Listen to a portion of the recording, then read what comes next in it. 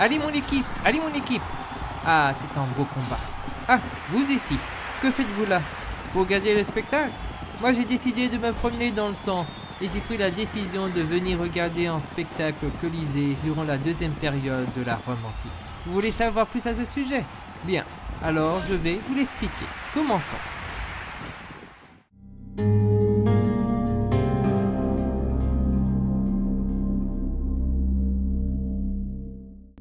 La Rome antique s'étend sur plusieurs siècles depuis sa fondation en 753 avant notre ère jusqu'à la chute de l'Empire romain d'Occident en 476 après JC ou jusqu'à la fin de l'Empire romain d'Orient en 1453. Elle est divisée en 3 périodes. La première période, la monarchie romaine, de moins 753 à moins 510. C'est la période où Rome est un royaume. Elle commence avec la légende de Rémus et Romulus. Pendant cette époque, Rome se construit et sa société se forme. La deuxième période, la République romaine, de moins 510 à moins 27. Après la chute de la monarchie, Rome devient une république. Le pouvoir appartient alors à une assemblée élue. Cette période voit l'expansion territoriale de Rome ainsi qu'un changement dans la gouvernance avec une organisation politique plus complexe. La troisième période, l'Empire romain, de moins 27 à 476 après JC pour l'Occident jusqu'en 1453 pour l'Orient. Cette dernière étape est marquée par l'instauration de l'Empire divisé en 2 phases. Le premier, le Principat, de moins 27 à plus 284, où l'empereur conserve une apparence de pouvoir républicain, et le Dominat, de plus 284 à 476, ou 1453, une période plus autoritaire. C'est l'âge d'or de Rome, avec une forte expansion territoriale, puis une stabilisation de ses frontières jusqu'à son déclin et sa chute. Voici les choses à savoir concernant la Rome antique.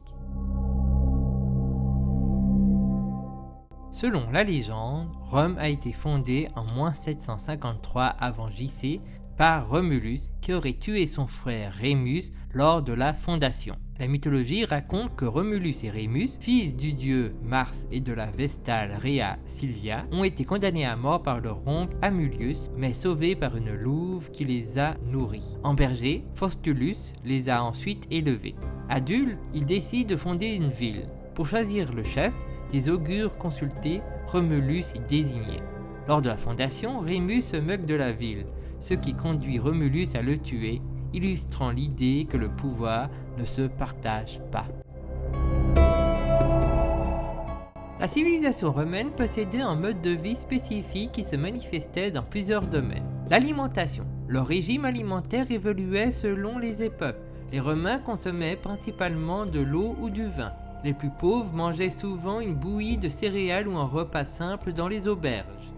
Les Romains aisés prenaient 3 repas par jour. Le jentaculum, repas léger avec pain et fromage.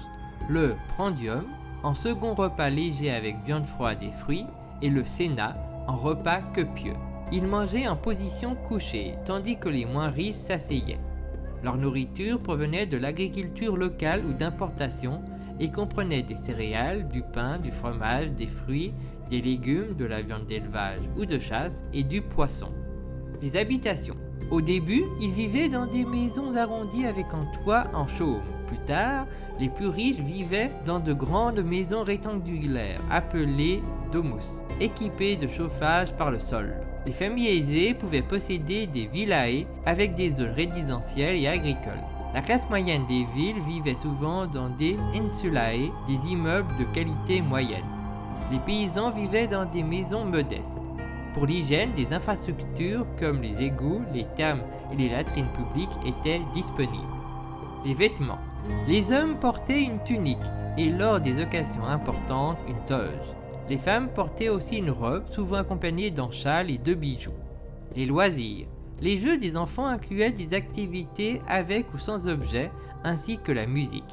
Chez les adultes, les spectacles artistiques tels que la musique, danse, théâtre, les combats de gladiateurs et les courses de chevaux dans le cirque étaient très populaires. La langue et l'écriture. La langue principale était le latin, mais le grec était aussi utilisé surtout dans les provinces de l'Est. La société romaine a beaucoup évolué. Au départ une monarchie, puis une démocratie avec le Sénat pour finir sous un régime impérial.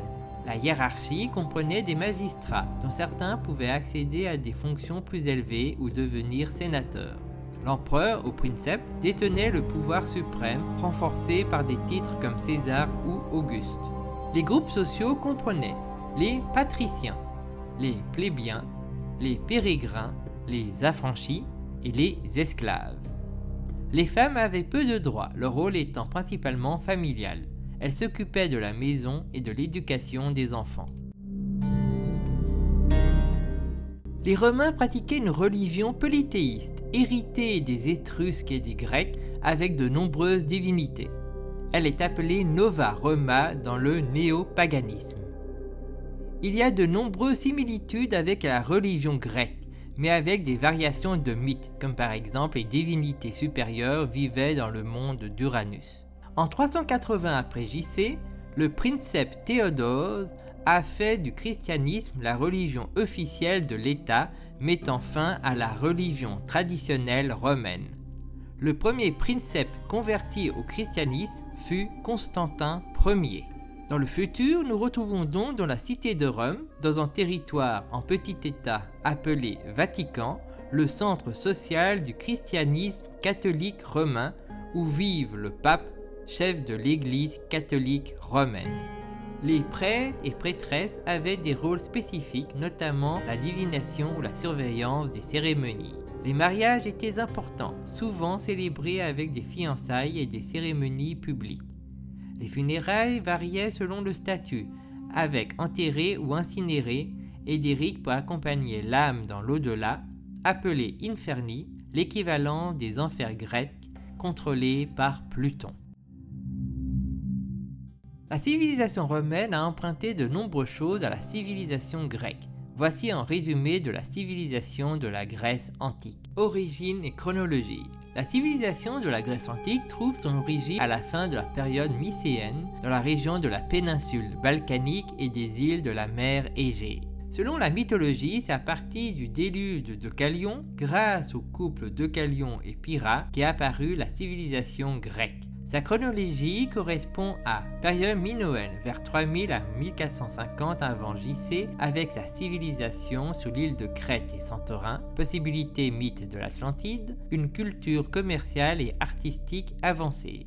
Période mycéenne vers 1600 à 1100 avant JC avec sa civilisation sur le continent grec, connu pour ses forteresses, ses palais et date des récits de l'Iliade et Odyssée qui évoquent cette époque. Période sonde vers 1100 à 800 avant JC, déclin culturel et démographique, peu de documents écrits, transition vers la polie. Période archaïque de 800 à 500 avant JC avec l'apparition des premières cités-États, développement de la colonisation, première forme d'écriture ainsi que renaissance culturelle.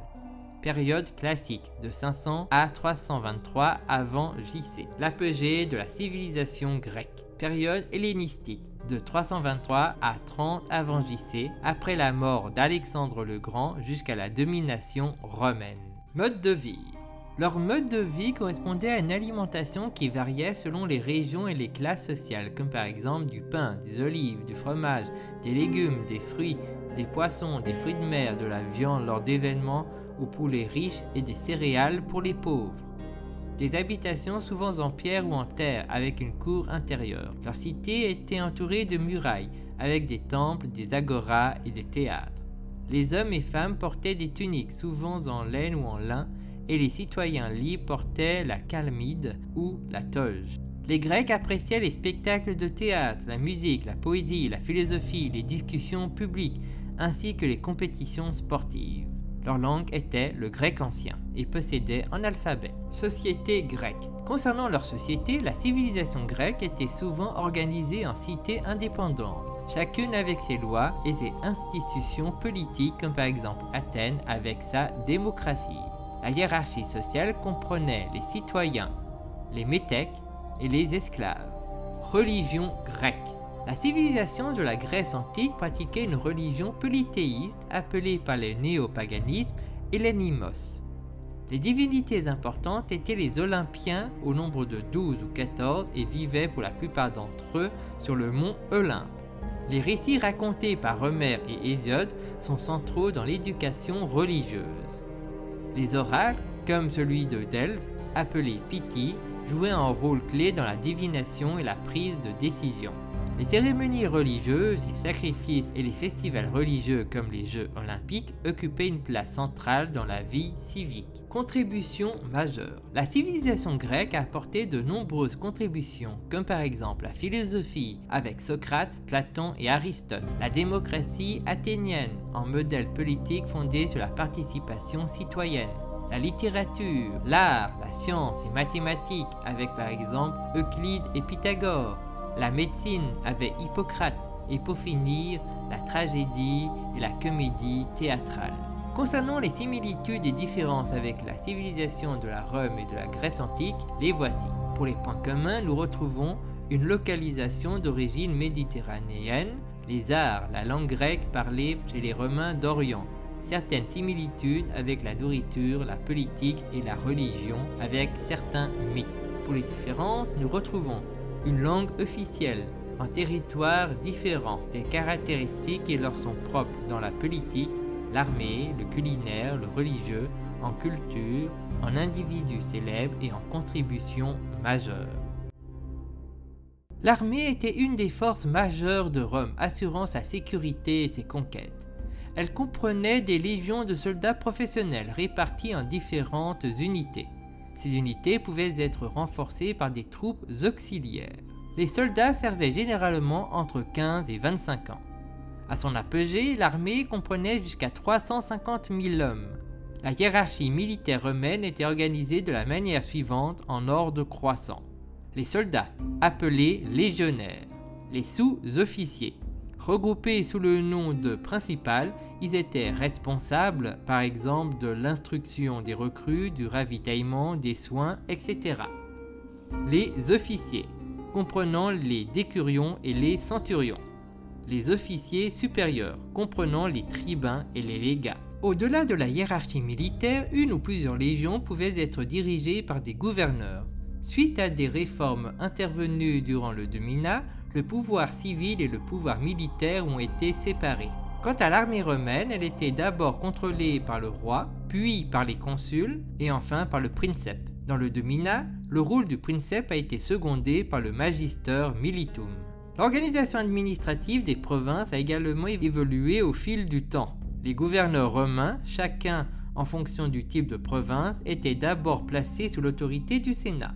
Par la suite, certains gouverneurs étaient encore soumis au Sénat, tandis que d'autres dépendaient directement de l'empereur. Lors de la République romaine et dans le Principat, les gouverneurs romains étaient les proconsuls pour les provinces consulaires, les propréteurs pour les provinces prétoriennes, les chevaliers pour les provinces équestres.